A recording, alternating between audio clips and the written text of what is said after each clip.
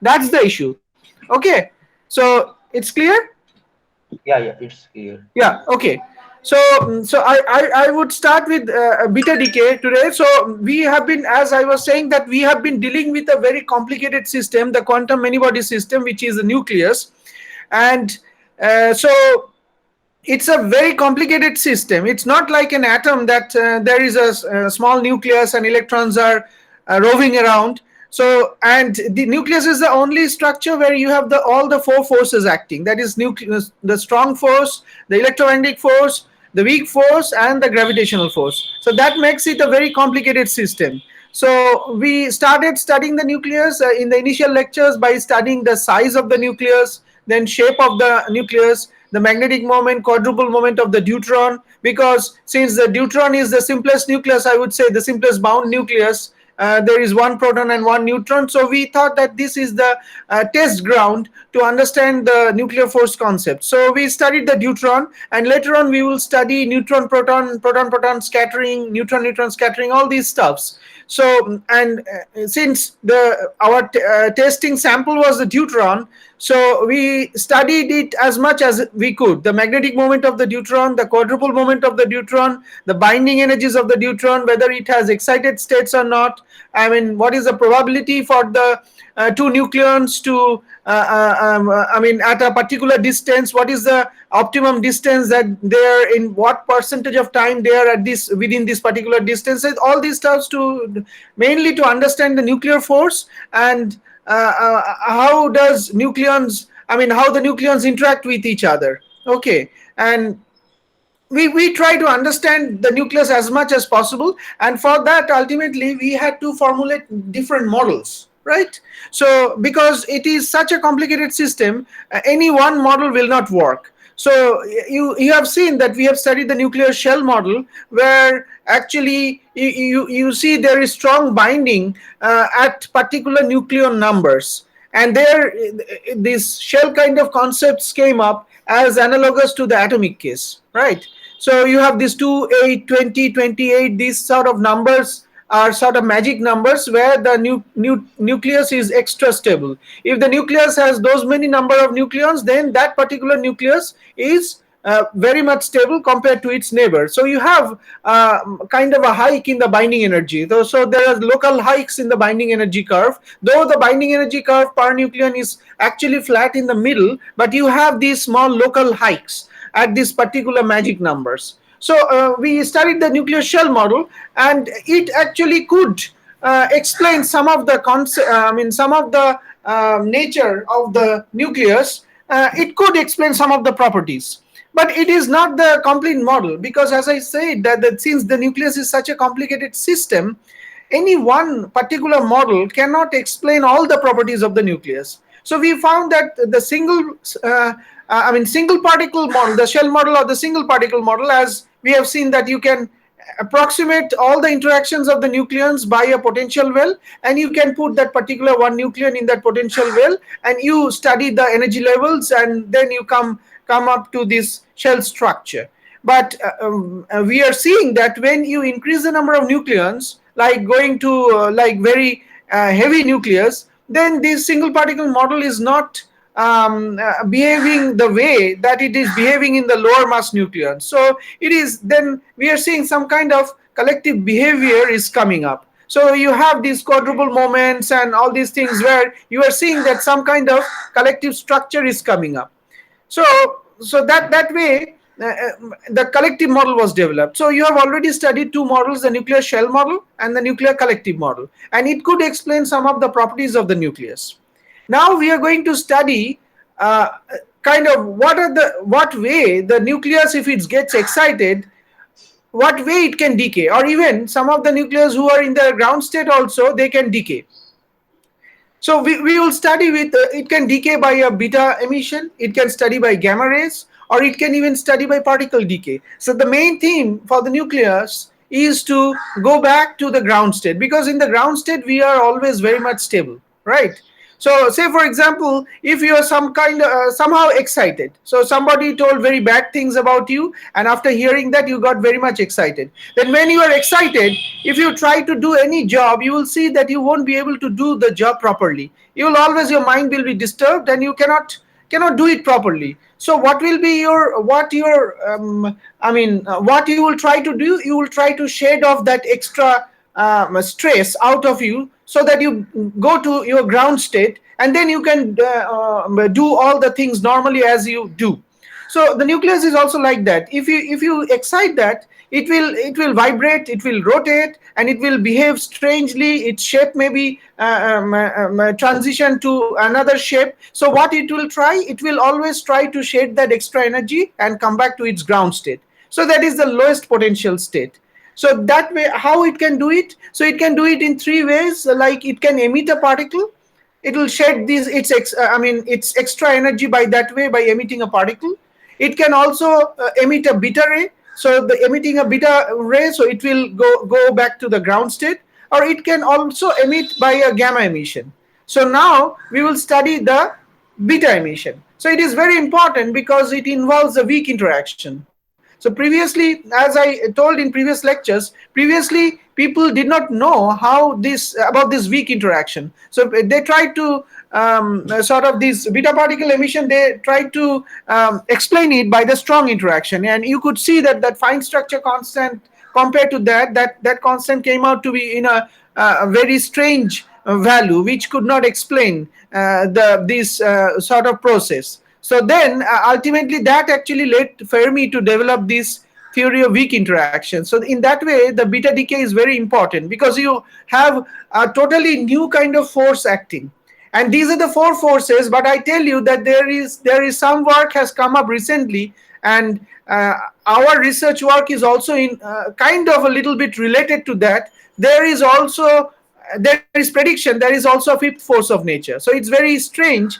People have not obviously have got a very strong conclusion about that, but ultimately right now you can assume that there are only four forces, and this weak interaction is really weak, and it's very much different than this strong force. So now, in how did it all started? So as you can see in the slide, that in a weekly physics seminar in 1932, somebody asked Fermi whether Chadwick's neutron is the same as the Pauli's neutron, because if you see the historical perspective in the first slides that I showed you in the beginning of this lecture series, that Chadwick discovered the neutron in 1932, and actually Pauli actually gave the postulate of this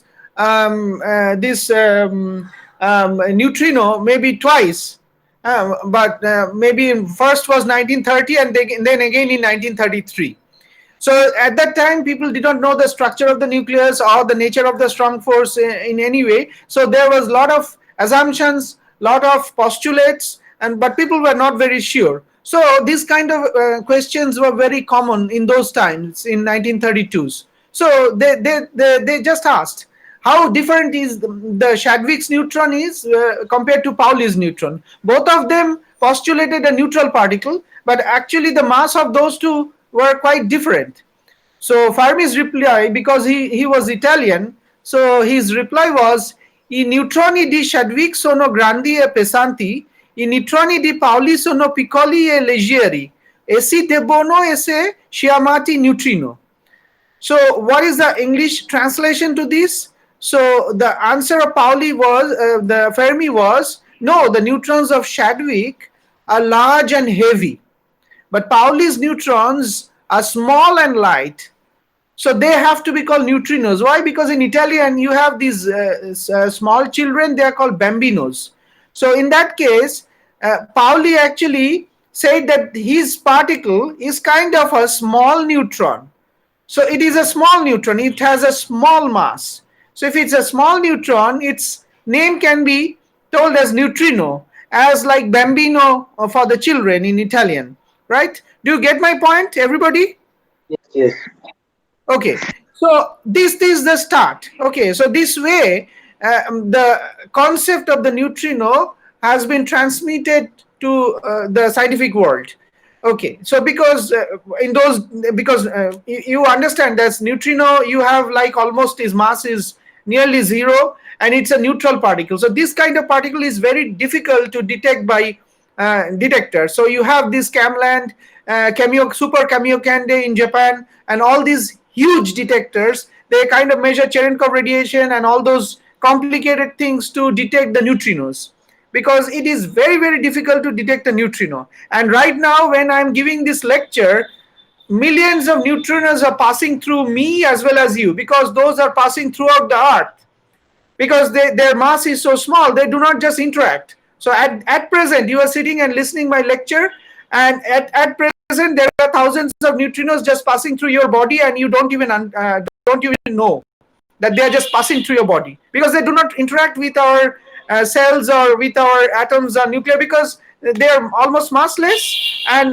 they are just with huge speed, they are just going through, piercing through the earth and going out through the other way, I mean through the other side. So Fermi set forward to develop the mathematical theory of beta transformation, in which an electron, positive or negative, and a neutrino are emitted simultaneously by unstable atomic nuclei. So basically, one nucleus decays, and it actually gives rise to another nucleus, as well as a beta particle, which may be positive or negative electron. So it may be an electron or it may be a positron, and then it also emits a neutrino. Ultimately, you will see either a neutrino is emitted. If an electron is emitted, then there will be an antineutrino. Okay, and if a positron is emitted, there will be a neutrino, like that. So you will see that, sharing the available energy at random amongst themselves. So how come this concept of neutrino actually came up?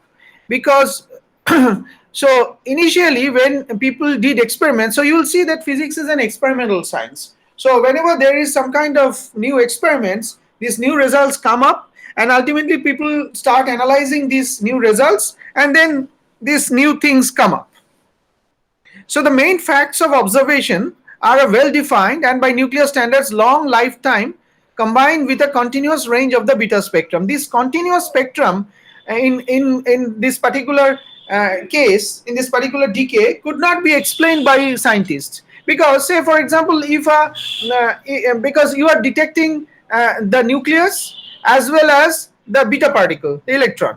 Now, since there are two particles, ultimately a final two-body state, you will see discrete energy levels, not continuous energy levels. But in all beta spectra, scientists were finding that you are having a continuous spectrum. So that people could not understand how could this continuous spectrum came up. Then only this third particle concept came up, because if you have a three particle final state, if you do the kinematics, you will see all kinds of energy values are possible. It will be shared between the electron and the neutrino.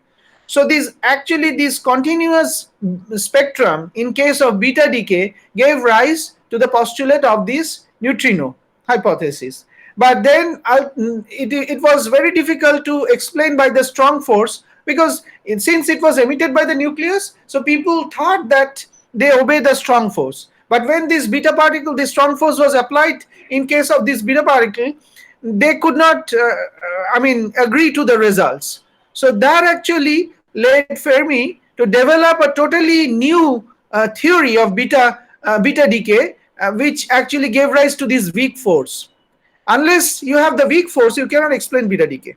Okay, so that was all the in a nutshell everything of beta decay. In this one slide you can see how come this beta decay came up. So you see it's written that the theory suggested by Pauli and developed by Fermi in 1934 rests on the assumption of an interaction between nucleons and electrons, as a consequence of which nucleons make transitions from a proton state to a neutron state. Ultimately, it's like that, or vice versa. A neutron can also decay to a proton and thereby emit an electron, provided that this process is energetically possible. This is the whole thing of it. So in this way, a neutron gets transformed to a proton, or a proton gets transformed to a neutron with the emission of an beta particle, either a positron or an electron, and another particle, the neutrino or the antineutrino. This is the whole of beta decay. Okay, now how to change the slide. It's not changing. Just the moment. Okay, so this is uh, okay. So this is the you can see the spectra of a beta spectra. So you see that there is a number of particles in the y-axis, and in the x-axis that is the energy of the beta particle. So ultimately you will see at the end of the curve, say when the value is around 18. Okay, so there that value corresponds to the whole of the energy is given to the beta particle, and the neutrino has almost zero energy.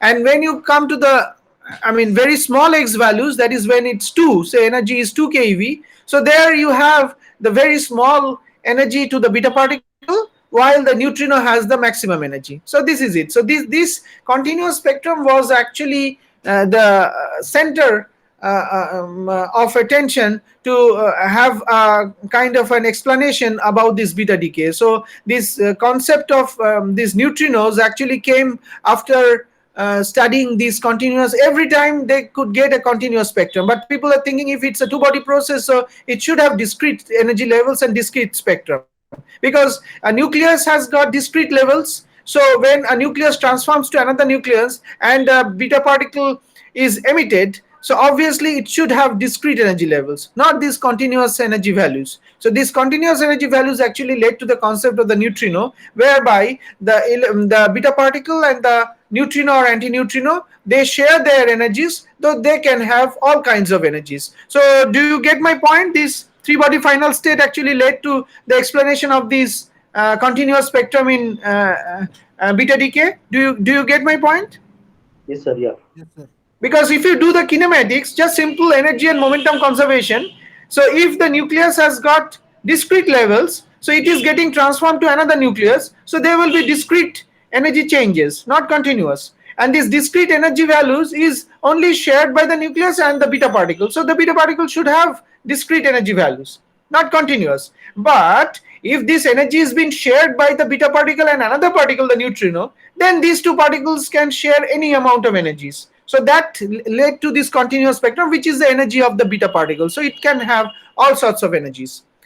Okay, now slides do not get changed. So let me see.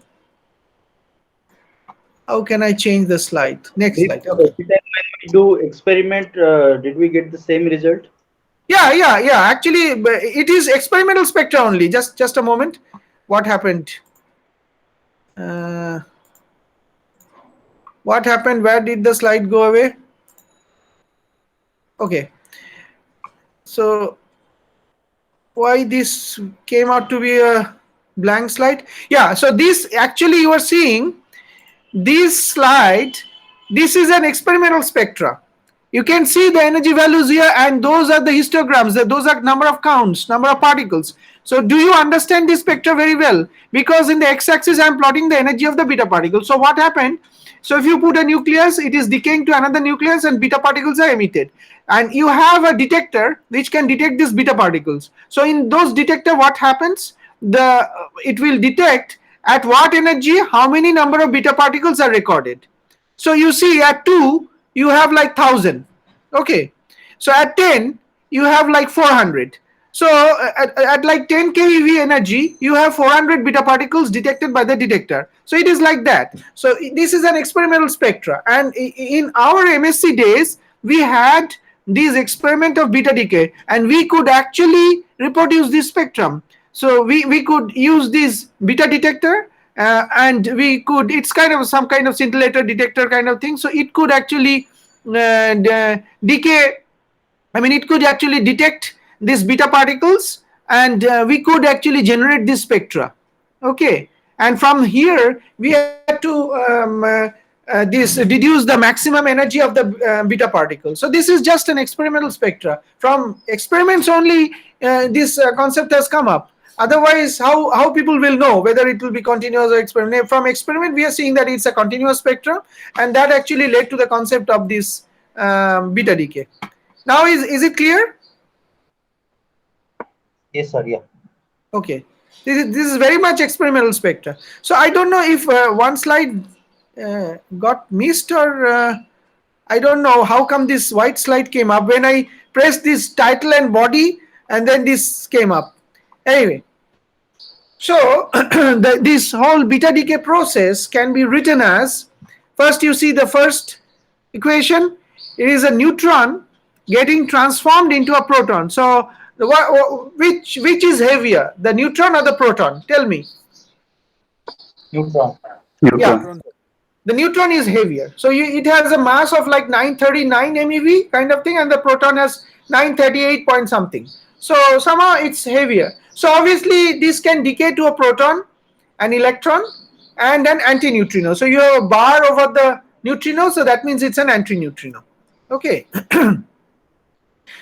And and next equation is proton to neutron plus positron plus neutrino. So then how come this next decay possible? Because proton is lighter than neutron, so how it can decay? The electron or positron has at least a mass of 0.5 MeV. Okay, so how come neutrino is almost, you can take it as massless, so doesn't matter. But if the proton is lighter than neutrons, then how come this second decay possible?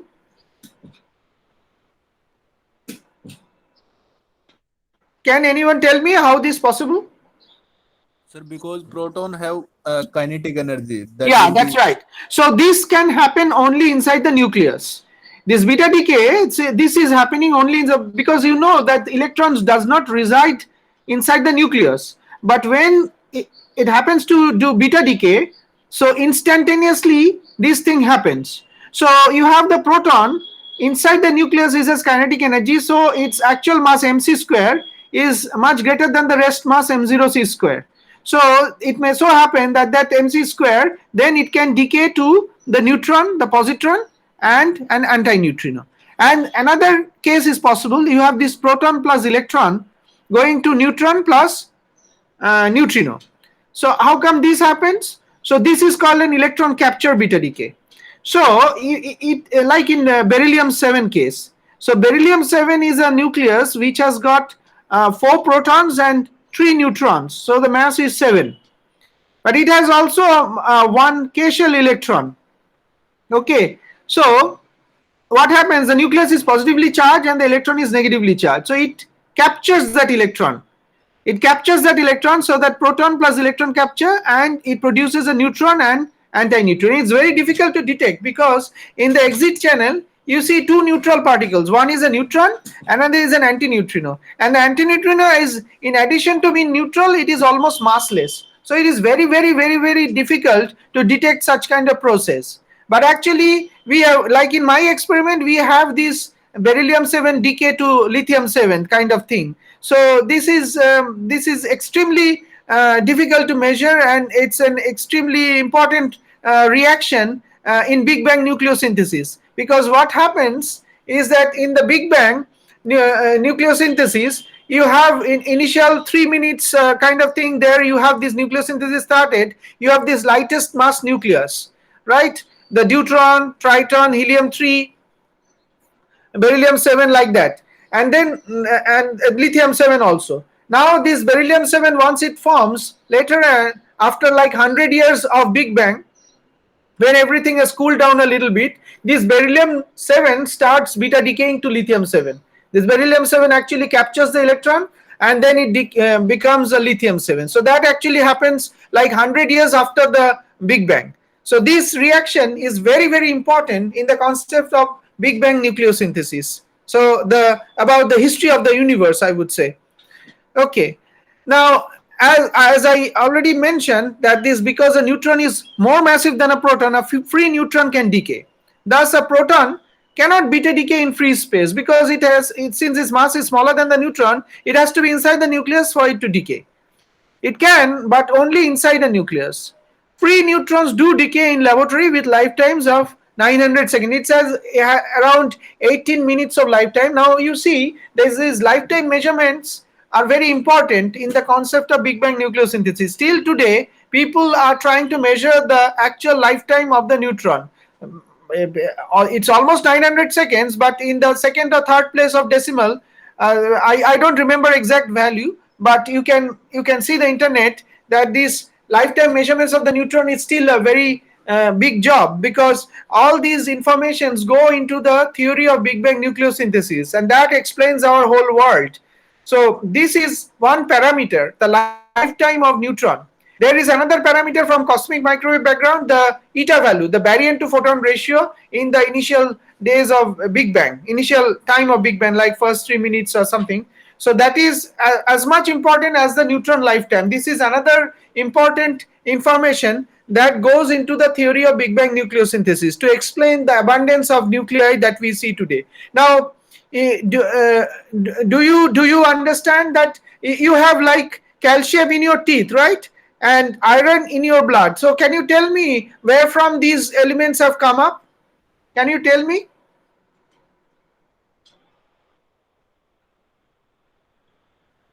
Can you tell me, anybody? From water. No. Can you tell me where from all these things came up? Because if you happen to see Carl Sagan's Cosmos long back when we were in school kind of thing, then this episode came up, and it actually is very interesting in those days. Nowadays there are lot many YouTube videos, but in those days we used to see it in TV, and we got enchanted by the things that Carl Sagan said. So Carl Sagan once said that we are all made of star stuff. Actually, that calcium and all those things actually came from the core of the stars, because in Big Bang nucleosynthesis you don't have those heavy elements.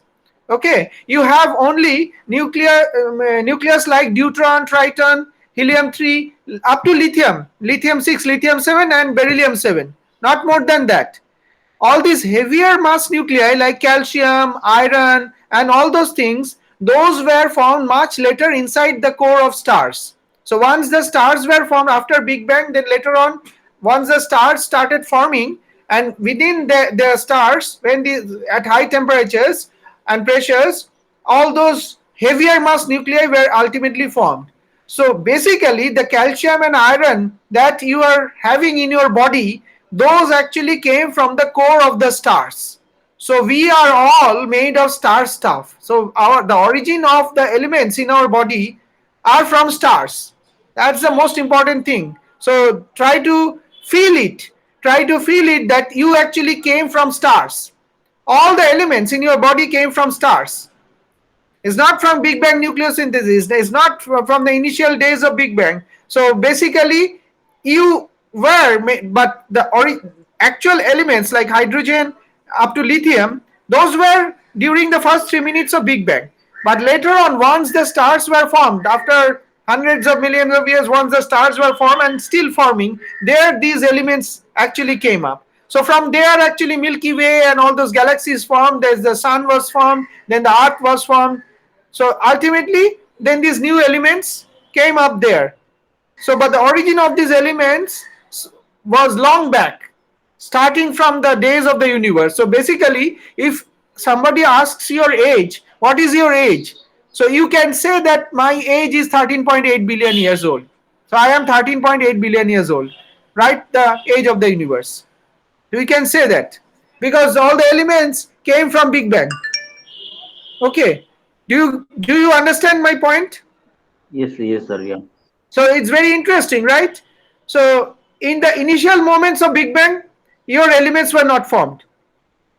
So those were formed from the core of the stars. So you have your elements from the core of the stars.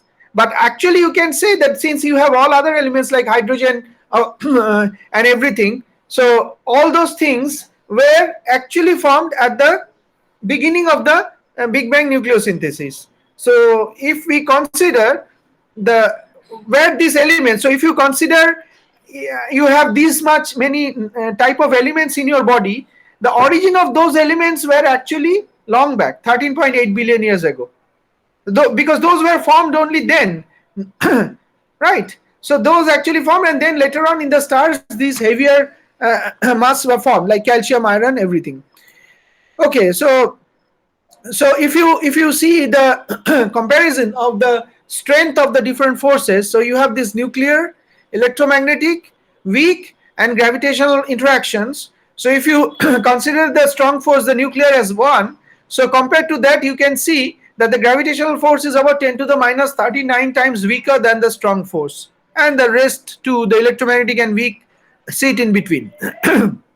So you can see how much different the forces are. Now, as I said that this beta decay thing actually came up, the theory of beta decay came up after seeing this experimental continuous spectrum in case of emission of beta particles.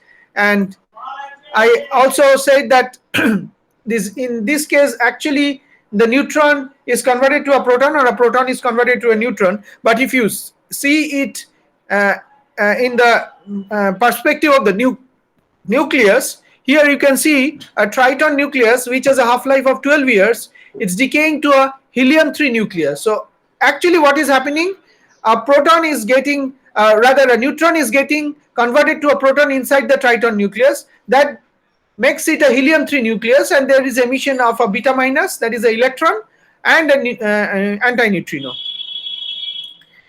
In case of carbon-12, which has a half-life of like 20 minutes, so there it is converted to a boron-11. So but in essence what is happening, one proton inside the carbon-12, a carbon-11 is getting converted into a neutron, and a positron is emitted and a neutrino is emitted.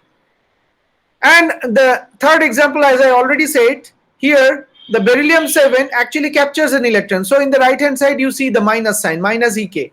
So it actually captures the K shell electron, and it's getting converted into a lithium-7 with the emission of a neutrino. So this is how beta decay works.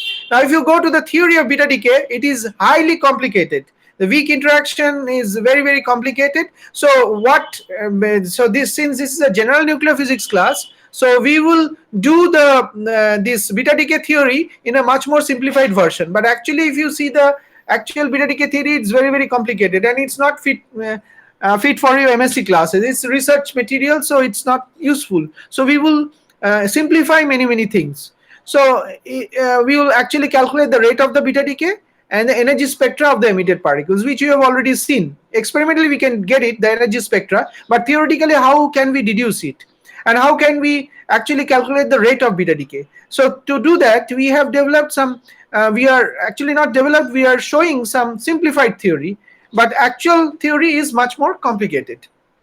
So since the electron does not exist in the nucleus, as I told you, it cannot reside because its de Broglie wavelength is much bigger than the size of the nucleus. So it cannot stay within the nucleus.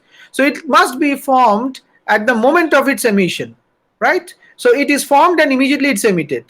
The neutrino is also created at the moment of its emission. So these particles are created into states you can represent by the wave function psi beta and psi nu. So it's the electron wave function and the neutrino wave function. And for simplicity, we assume that the wave functions are plane waves. So it's very simple with momenta p beta and p nu. So it's very simplified wave function. So you can consider its psi beta as n beta e to the IH cross free particle. So it's a free particle wave function. So you can consider that. So the psi beta is actually more complicated because it is affected by the nuclear charge Z also. Because beta particle is a charged particle, so its wave function will be distorted by the presence of Z protons inside the nucleus. But for now, we are assuming that there is negligible distortion. So this way, we are simplifying the theory so that you understand. Okay, so the probability of emission will be assumed to depend on the expectation value of the E minus and the neutrino to be at the nucleus, that is on the factor psi beta 0, that is at 0, just at the time of the this emission, psi beta 0 and at the nucleus are equal to 0, and psi nu 0 mod square. So these are the probabilities, and it also depends on the square modulus of the matrix elements, right? So you have to consider the matrix element that from initial wave function, final wave function, and within that there is this matrix element. Which may be represented by m mod square. Now for simplicity, you can consider the m as 1. So interaction Hamiltonian as 1. So you can consider it to be like this: m is equal to psi p star times psi n. So it's a neutron getting, initial state is neutron getting converted into a proton. So it's psi star psi, just bracket notation, and you can represent it by this Schrödinger formulation of psi proton star times psi neutron. This is the most simplified case, and you can then consider the total probability as And obviously you can represent it by the interaction as the spinors, this Pauli's spin matrices sigma x for the conversion of psi proton to psi neutron to psi proton. And I mean, if you do not understand much about this jugglery, don't worry. It's all you need is the final result, because it's pretty much simplified assumptions. Okay. So the expression for the probability of emission per unit time would be 2 pi h cross times psi beta 0 mod times psi nu 0 mod times the matrix element mod times g.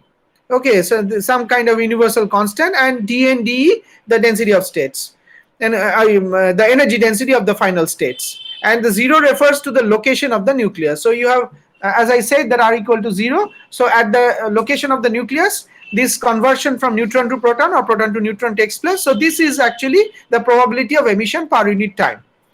So once you have the probability, ultimately you can calculate the rate of the nuclear reaction, and you calculate this phase space. It's not that difficult. So you can consider a shell at a momentum p. So if you go to phase space and you consider the momentum as p, so you have a shell 4 pi p square dp times the solid angle from configuration space, so omega. So this is the total phase space, and if you have the small the unit of the phase space is h cube. So if you divide by that number, you get the number of plane wave states between p and p plus dp with a particle anywhere in the solid angle omega. So in this way, you can calculate the density of states, and from here, if you consider this transformation of these variables from p to e, then you have a Jacobian of this transformation. And so ultimately, if you calculate this determinant, ultimately you get this rate probability or emission per unit time, as p dp is equal to this value. Okay, so m is the mass of this beta particle. Okay, so does it look very much complicated? It should not be. If you do it once by seeing these lecture notes, it should not be much complicated. Is it okay? Yes, sir. Yeah. Yeah, it's not that difficult. So if you are saying it for the first time, that may appear a little bit difficult, but it's actually not. If you just calculate this small little bit of integrals and differentials, so it should not be a problem. And Jacobian, that is just a plain determinant. So it is just change of variables. It's no big deal. Okay, so ultimately, if you do that, so you come out to the rate of beta decay as this 1 by tau is equal to this big integral. And if you give the numbers and this whatever the values, so you can calculate the rate of beta decay, though it is much more simplified, as I have already told. Now, as I say that the shape and there is this energy spectra, you can calculate the energy values, final energy values, what is the maximum energy, maximum momentum. So if you consider the shape of the energy and momentum spectra, you have this shape. Now, as I told you that this shape will be distorted, since the beta particle is a charged particle, and in nucleus you have a number of protons. So they will drag the electrons or they will push the electrons. So in that case, the energy of the electron or the beta particle will be either increased or decreased. So in that way, you see that if you see this figure, so if it's a emission of a positron, so the nucleus will push the positron. So what will happen? Its energy will be increased. So if there is no distortion, it is the dotted line. First figure, it's the dotted line. So if it's the emission of a positron, its energy will be pushed to higher values by the nucleus, since both are positively charged. The nucleus is positively charged and the beta plus particle or the positron is positively charged. So you will see there is a push of the spectra. So in that case, so if you detect the positrons by some kind of detector, you will see this shift in the spectra. And if it's an electron, the nucleus will actually drag it towards it. So it drag it towards the nucleus. So in that case, what happens? There will be decrease in the energy value of the electron. So the energy spectra will be shifted inwards, so towards lower values. So you will also see this spectra experimentally. If you measure either a beta plus or a beta minus, you will see these changes. So these are different aspects of beta decay, but don't worry about the details. Just I'll tell you that you just once go through the mathematics of the this beta decay, and that's once is okay, because nobody is going to ask you to deduce the theory of beta decay. It's much too complicated for a general nuclear physics class. All people will ask you simply to calculate the energy values, just energy momentum conservation, how come this beta decay is comes up. So if you see the problem sets, there is no way you will have to deduce all these things. Just do it once so that you have a feeling what exactly is beta decay. So that's it.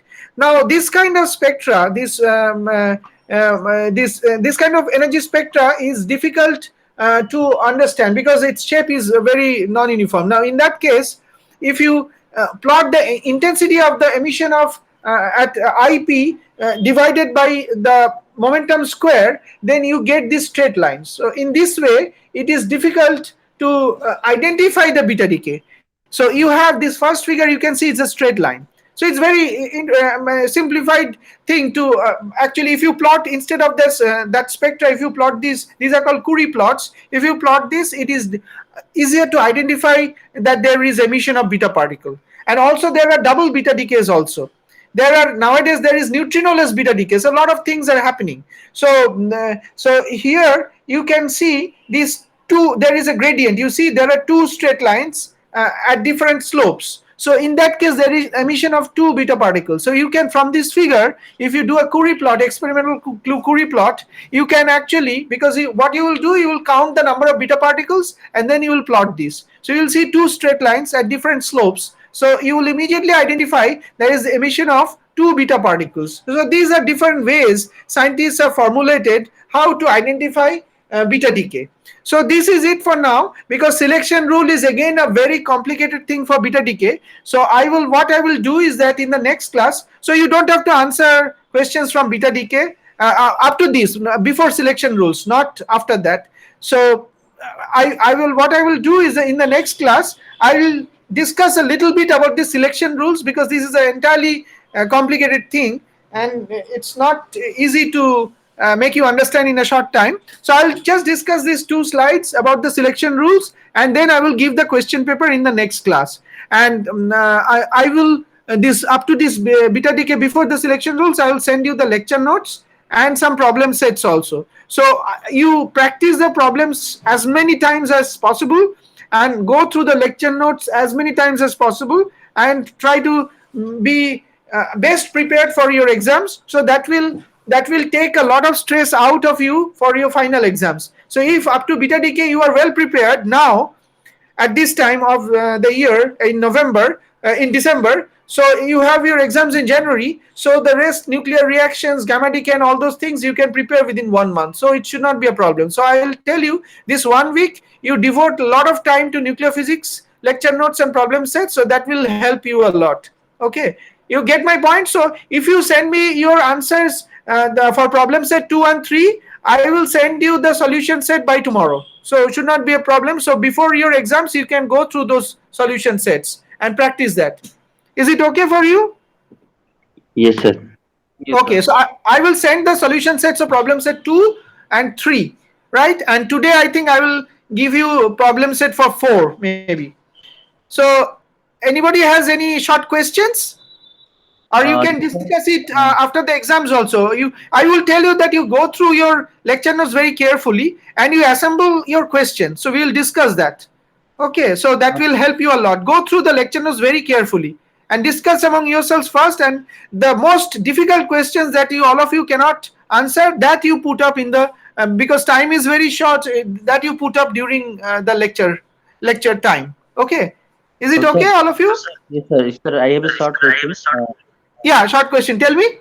The lecture notes that you have sent, I think, Can you be a little louder? sir, the lecture notes that you have sent, I think there is some missing. I mean, the I, quadropole I, I is can't hear missing. I it. think, Can you be a little louder? sir, my mic is not working. I think I should connect you by mail.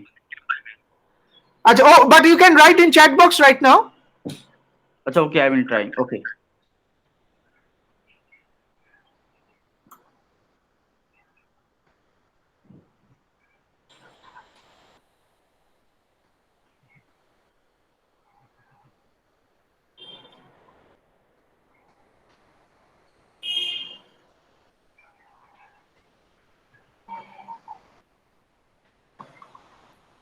Okay, so you are saying that in some parts are missing. So which parts are missing? Nuclear magnetic moment. Okay, nuclear magnetic moment missing. So okay, and quadrupole moment missing. But I have sent the deuteron. I see. You mean to say before the deuteron? Is that right? Yes, sir. Okay. So that I'll immediately writing it down. Somehow I have missed it. I think I have sent from Deuteron, but before that there are two lectures on magnetic moment and quadrupole moment. Okay, I'll write it immediately. Okay. I'll send it today along with this beta decay. Okay, no problem. Okay, I'm sorry for the mistake. I missed it. Yeah. Okay, no problem. So everything is okay. So just study hard. Okay, I will immediately send it. So I have to now, because I have to get started with the conference right now. So I'll okay. So goodbye then. So I'll